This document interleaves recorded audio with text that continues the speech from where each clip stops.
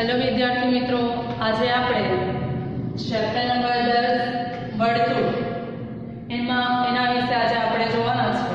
સૌથી પહેલા આપણે વર્તુળની સામાન્ય જે માહિતી છે તે જોઈએ। તો વર્તુળ એટલે શું? તો કોઈ એક નિશ્ચિત બિંદુ છે, આ નિશ્ચિત બિંદુથી અમુક અંતરે આવેલા આ બિંદુઓના ગણને વર્તુળ કહેવામાં આવે છે।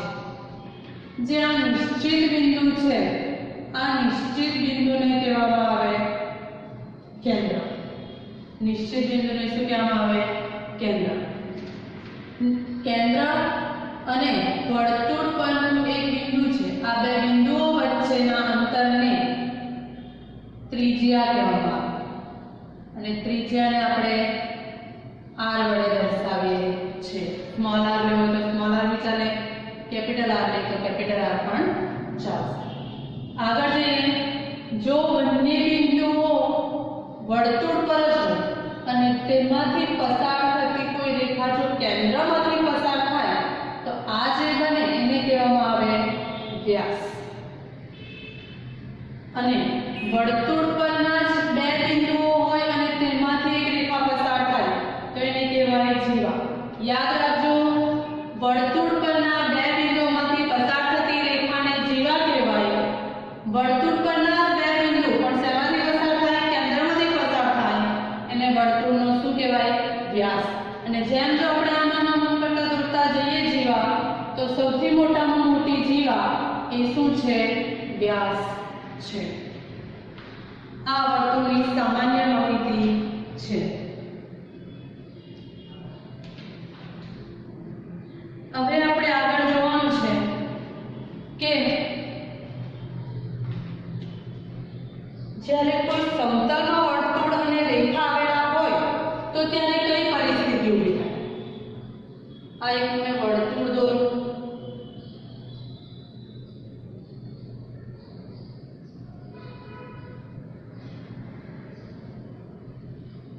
આ ત્રણ વર્તુળો છે, આ ત્રણ વર્તુળમાંથી મેં એક રેખા પસાર કરું। આ એક રેખા છે એ વર્તુળના અંદરથી પસાર થતી નથી। બીજી મેં રેખા દોરું, એ વર્તુળના અંદરથી પસાર થાય અને વર્તુળમાં બે બિંદુઓમાં છેદે P અને Q। વર્તુળના બે બિંદુઓમાં છેદે P અને Q। અહીંયાથી મેં એક રેખા દોરું છું,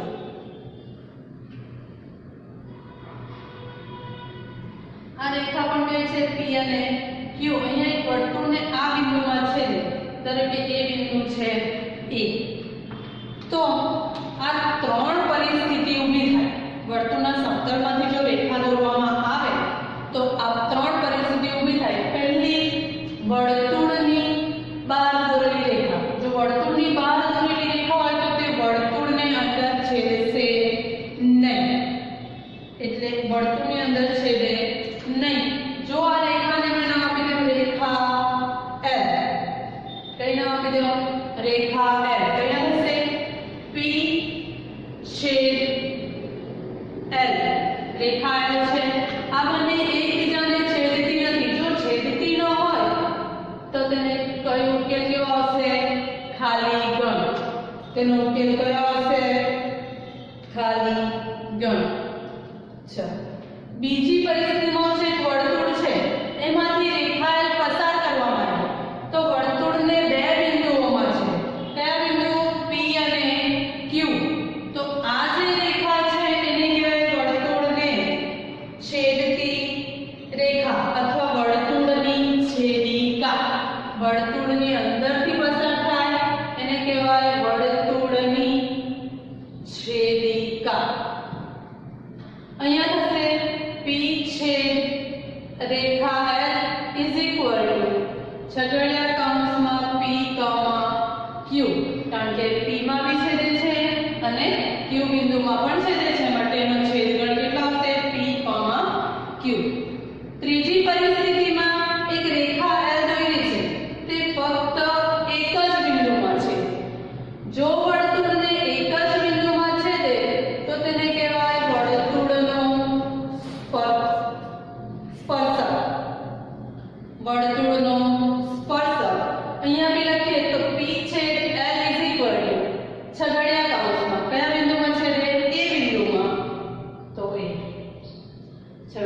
કૌંસમાં એ. એટલે યાદ રાખવાનું, જો એક જ સમતલમાં આપેલ વર્તુળ અને રેખા વચ્ચેની જો પરિસ્થિતિ ઉદ્ભવે તો તે ત્રણ પરિસ્થિતિ ઉદ્ભવે. એક, વર્તુળને રેખા છેદતી નથી એટલે કે તેનો છેદગળ ખાલી હોય.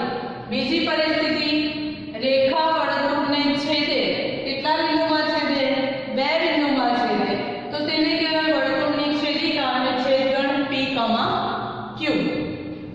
ત્રીજી પરિસ્થિતિ છે ફક્ત વર્તુળને એક જ બિંદુમાં છેદે, જેને કહેવાય વર્તુળનો સ્પર્શક. અને વર્તુળના સ્પર્શક એટલે કે P છેદ L ફક્ત એક જ બિંદુમાં છેદે એટલે એને છગડીયા કૌંસમાં લખાશે A. હવે વર્તુળનો સ્પર્શક અને છેદિકાની વ્યાખ્યા જોઈએ તો વર્તુળની છેદિકાની વ્યાખ્યા શું? વર્તુળને બે બિંદુઓમાં છેદતી, વર્તુળને બે બિંદુઓમાં છેદતી રેખાને વર્તુળની છેદિકા કહે છે. પછી વ્યાખ્યા આપણને જોઈએ છે વર્તુળનો સ્પર્શક. આ એક વર્તુળ છે, ધારો કે આપણે આના સમતલ લઈએ, ખરેખર તો આપણા સમતલ છે. વર્તુળના સમતલમાં દોરેલી રેખા જો વર્તુળને એક અને માત્ર એક જ બિંદુમાં છેદે તો તેને કહેવાય વર્તુળનો સ્પર્શક. શું કહેવાશે? વર્તુળનો સ્પર્શક.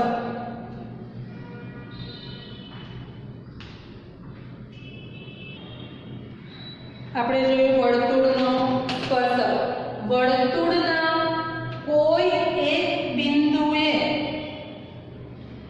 વર્તુળ આપણે જોઈએ, વર્તુળ ગમે ત્યારે કોઈ પણ એક બિંદુએ આ રીતે છેદે તો જ તેને વર્તુળનો સ્પર્શક કહેવાય. એટલે કે વર્તુળનો સ્પર્શક ફક્ત વર્તુળને એક જ બિંદુમાં છેદે છે.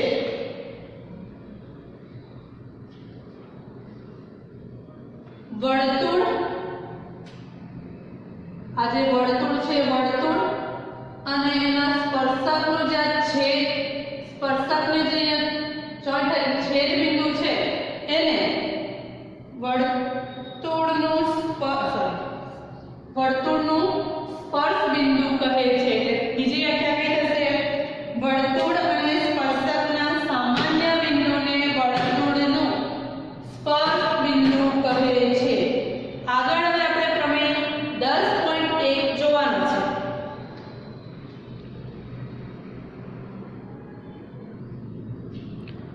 ચલો જોઈએ આપણે પ્રમેય 10.1. 10.1 માં આપણે કીધું છે વર્તુળના કોઈ બિંદુ એ દોરેલા સ્પર્શ બિંદુમાંથી પસાર થતી ત્રિજ્યાને લંબ હોય છે. તેના માટે આપણે આકૃતિ દોરીએ. એક વર્તુળ લઈએ, વર્તુળનું કેન્દ્ર O, વર્તુળનું કેન્દ્ર O, એમાંથી કોઈ એક બિંદુએ દોરેલું સ્પર્શક, ધારો કે મેં અહીંયાથી સ્પર્શક દોરું છું, જે રેખા L છે એ વર્તુળને એ બિંદુમાં છેદે છે અને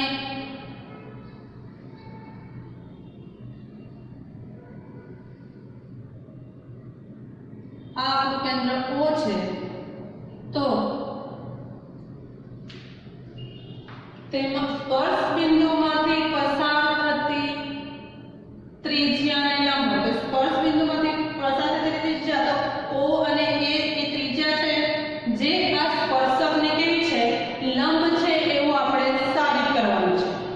તો સૌથી પહેલા આપણે લખીએ પક્ષ. જે આપણને આપેલું છે તે આપણે લખવાનું છે પક્ષમાં. તો આ જે રેખા L છે એ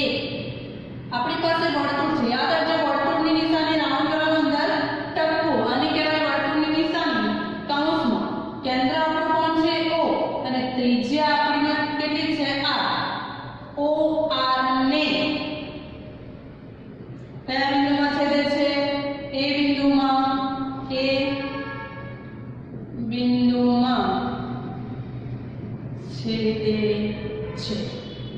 આપણે જે સાબિત કરવાનું છે તે આપણે શેમાં લખીશું? સાધ્યમાં.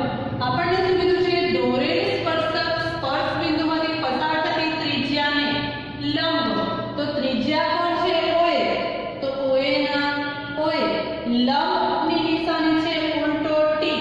કોને લંબ? તો સ્પર્શકને લંબ. એટલે રેખા L. OA લંબ L આપણે સાબિત કરવાનું છે. સાબિત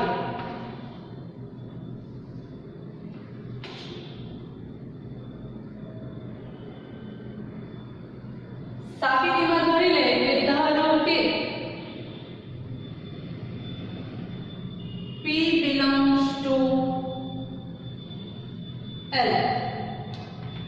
P belongs to L અને P is not equal to A. P belongs to L.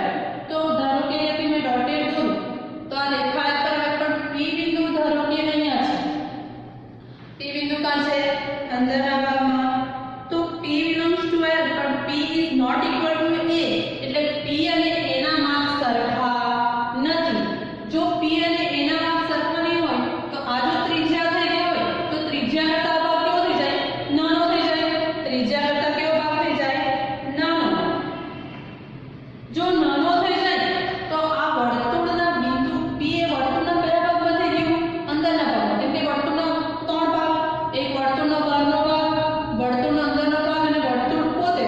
તો આ વર્તુળના કયા ભાગમાં છે? અંદરના ભાગમાં છે. તો લખીએ આપણે બિંદુ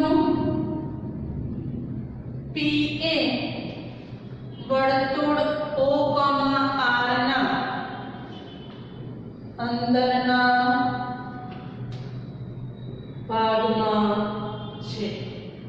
જો એ અંદરના ભાગમાં હોય તો અહીંયાથી મેં રેખા L દોરું. અંદરના ભાગમાં હોય તો એ વર્તુળની શું થઈ ગઈ? એને કેટલા બિંદુમાં છેદી? 2 બિંદુમાં. કેટલા બિંદુમાં છેદે છે? 2 બિંદુમાં.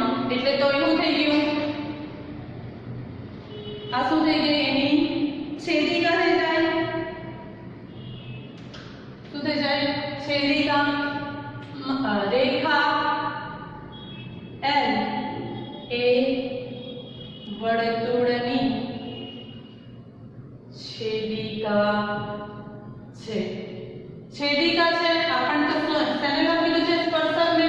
એટલે આ જે રેખા L છે, રેખા L એ વર્તુળનો સ્પર્શક નથી. શું થઈ ગયું? છેદિકા છે તો એ એનો સ્પર્શક કહેવાય નહીં.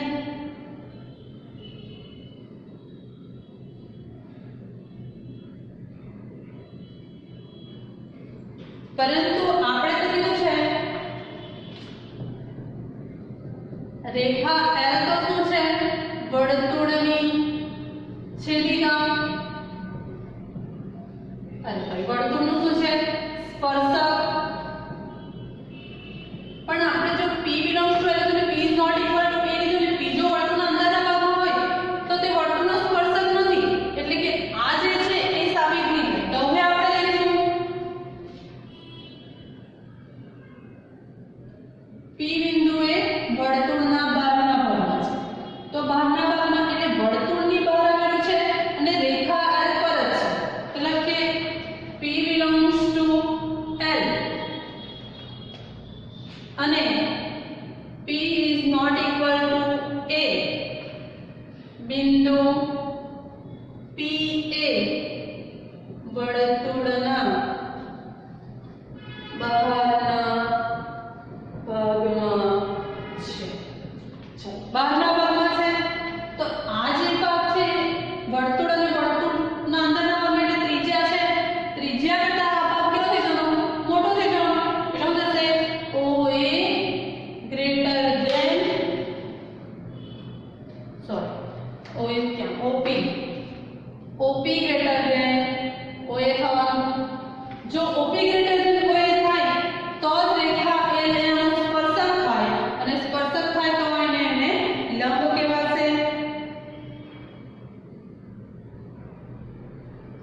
આપણે એમને પહેલા જ કીધું કે p is not equal to એટલે p અને a આ બંનેના માપ સરખા હોવા જોઈએ નહીં. બહારના ભાગમાં હોય તો આ બંનેના માપ સરખા થાય નહીં. માટે a સિવાયના દરેક બિંદુ આ a સિવાયનો બિંદુ તો a સિવાયના બિંદુ માટે તો a સિવાયનો બિંદુ કયો છે આપણી પાસે p એટલે a સિવાયના બિંદુ p માટે તેના માટે બિંદુ p માટે અસમતા આપણી આજે અસમતા છે. અસમતા OP ગ્રેટર ધેન OA નું સમાધાન કરે છે. OP ગ્રેટર ધેન OA નું શું કરે છે? સમાધાન કરે છે. OA એ વર્તુળના કેન્દ્રથી OA એ વર્તુળના કેન્દ્રથી જેમ મેં કીધું તેમ OA નું માપ ઓછું છે અને OP નું માપ વધારે છે તો OA કઈ માપ થઈ ગયું? લઘુત્તમ અંતર. તો OA વર્તુળના કેન્દ્રથી કેવું અંતર છે? લઘુત્તમ અંતર છે. લઘુત્તમ અંતર છે માટે જોઈ લો આ કેવું થઈ ગયું? લંબ થઈ ગયું. માટે થશે OA લંબ M. આ પ્રમેય છે પ્રમેય 10.1 પર પડે છે તમને. આગળ જઈએ સ્વાધ્યાય 10.1. સ્વાધ્યાય 10.1 માં ક્વેશ્ચન નંબર 1 છે વર્તુળને કેટલા સ્પર્શક હોય છે? તો વર્તુળને આપણે જેટલા બી સ્પર્શક દોરીએ એક વર્તુળ છે આ વર્તુળને આપણે જેટલા બી સ્પર્શક આ રીતે દોરવા હોય એટલા આપણે દોરી શકીએ. એટલે વર્તુળને કેટલા સ્પર્શક હોય? તો અનંત સ્પર્શક. વર્તુળને કેટલા સ્પર્શક હોય? અનંત. ક્વેશ્ચન નંબર 2 ખાલી જગ્યા પૂરો. સ્પર્શક વર્તુળને ખાલી જગ્યા બિંદુમાં છેદે છે. આ વર્તુળ છે વર્તુળમાંથી આપણે સ્પર્શક દોરીએ તો આ વર્તુળને કેટલા બિંદુમાં છેદે? એક બિંદુમાં. એટલે અહીં આન્સર આવશે 1. વર્તુળને બે બિંદુમાં છેદતી રેખાને ખાલી જગ્યા કહે છે. આપણે જોઈએ વર્તુળને જો બે બિંદુમાં છેદે તો તેને વર્તુળની શું કહેવાય? છેદિકા. તો આન્સર શું આવશે? છેદિકા. વર્તુળને વધુમાં વધુ ખાલી જગ્યા સમાંતર સ્પર્શકો. જો આપણને સમાંતર ના પૂછો એટલે કીધું કે વર્તુળને વધુમાં વધુ ખાલી જગ્યા સ્પર્શક હોય તો કેટલા હોય? અનંત હોય. પણ જો સમાંતર પૂછ્યું હોય તો સમાંતર એને કેટલા સ્પર્શક હોય? ફક્ત બે જ સ્પર્શક. એક આમ અહીંયા થઈ ગયું તો એક અહીંયા બિંદુમાં એટલે તો બે ફક્ત કેટલા સ્પર્શક હોય? બે જ સ્પર્શક હોય. વર્તુળ અને સ્પર્શકના સામાન્ય બિંદુ. આ વર્તુળ છે આ વર્તુળનું સામાન્ય અને સ્પર્શક છે આ સ્પર્શકનું જે સામાન્ય બિંદુ છે એ સામાન્ય બિંદુને આપણે શું કીધું? અત્યારે વ્યાખ્યા જોઈએ સ્પર્શ બિંદુ. શું કીધું આપણે? સ્પર્શ બિંદુ. આગળ જઈએ ક્વેશ્ચન નંબર 3. ક્વેશ્ચન નંબર 3 માં શું કીધું છે? 5 સેન્ટીમીટર ત્રિજ્યાવાળા વર્તુળના. તો સૌથી પહેલા આપણે 5 સેન્ટીમીટર ત્રિજ્યાવાળું એક વર્તુળ દોરીએ. આ એક વર્તુળ છે. કેટલા સેન્ટીમીટર છે? 5 સેન્ટીમીટર ત્રિજ્યાવાળું. 5 સેન્ટીમીટર ત્રિજ્યાવાળા વર્તુળને કોઈ બિંદુ P આગળ દોરેલ એક સ્પર્શક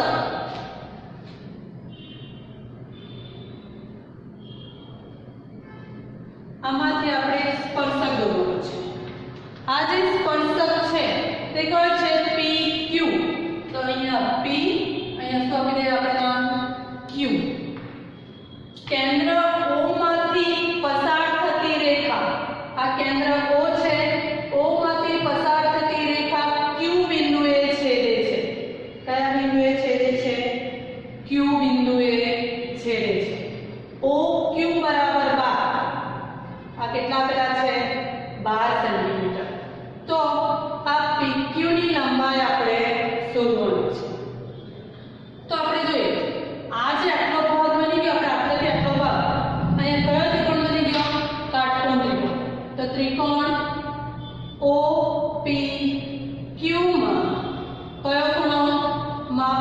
પી બરાબર 90 જો 90 અંશ થઈ ગયો કાટકોણ ત્રિકોણ છે બે બાજુઓનો માપ આપેલા ત્રીજી બાજુનું માપ જોઈએ તો કયા નિયમ અનુસાર પાયથાગોરસના પ્રમેય અનુસાર તો આપણે શું લખીએ પાયથાગોરસના પ્રમેય અનુસાર પાયથાગોરસના પ્રમેય અનુસાર આપણે શું લખીએ કર્ણનો વર્ગ બરાબર બે બાજુના વર્ગોનો સરવાળો તો જે કાટખૂણો હોય તેની સામેની બાજુ શું કહેવાય કર્ણ તો કાટખૂણો P છે એની સામેની બાજુ કોણ છે OQ તો એ આપણો થઈ જશે કર્ણ એટલે OQ નો વર્ગ બરાબર બાજુ બાકી કઈ રહી ગઈ OP તો OP નો વર્ગ વત્તા બીજી કઈ બાજુ બાકી રહી ગઈ PQ નો વર્ગ OQ બરાબર આપણને આપેલા છે કેટલા છે 12 સેન્ટીમીટર તે કેટલા છે 12 નો વર્ગ બરાબર OP બરાબર આપણી પાસે કેટલા છે 5 તો કેટલા લખવાના 5 નો વર્ગ વત્તા PQ સ્ક્વેર 12 નો વર્ગ તો 12 નો વર્ગ કેટલો થશે 144 બરાબર 5 નો વર્ગ 5 એટલે 5 નો વર્ગ 25 વત્તા PQ નો વર્ગ પ્લસ છે આ બાજુ શું થશે માઈનસ તો 144 માઈનસ 25 બરાબર PQ સ્ક્વેર ચલો 4 માંથી 5 તો નીચે આપણે 14 માંથી 5 બાદ કરવા પડે કેટલા રહેશે 9 આના ઉપર રહી ગયા 3 માંથી 2 જાય તો 1 અને આ છે 1 તો PQ સ્ક્વેર બરાબર કેટલા આવશે 119 પણ આપણને તો શેની લંબાઈ માંગીને PQ એટલે ખાલી PQ જોઈએ તો PQ બરાબર આ બાજુ વર્ગમૂળમાં આવી જશે વર્ગમૂળમાં 119 જો આનો વર્ગ કાઢવો હોય તો આ બાજુ વર્ગમૂળ અને વર્ગ અને વર્ગમૂળ કેન્સલ થઈ જાય જો આ બાજુ વર્ગમૂળ આપે તો અહીંયા બી આપણે વર્ગમૂળ આપવા પડે ને એટલે વર્ગમૂળ બરાબર કેટલા આવશે PQ બરાબર વર્ગમૂળમાં 119 સેન્ટીમીટર ખબર પડે છે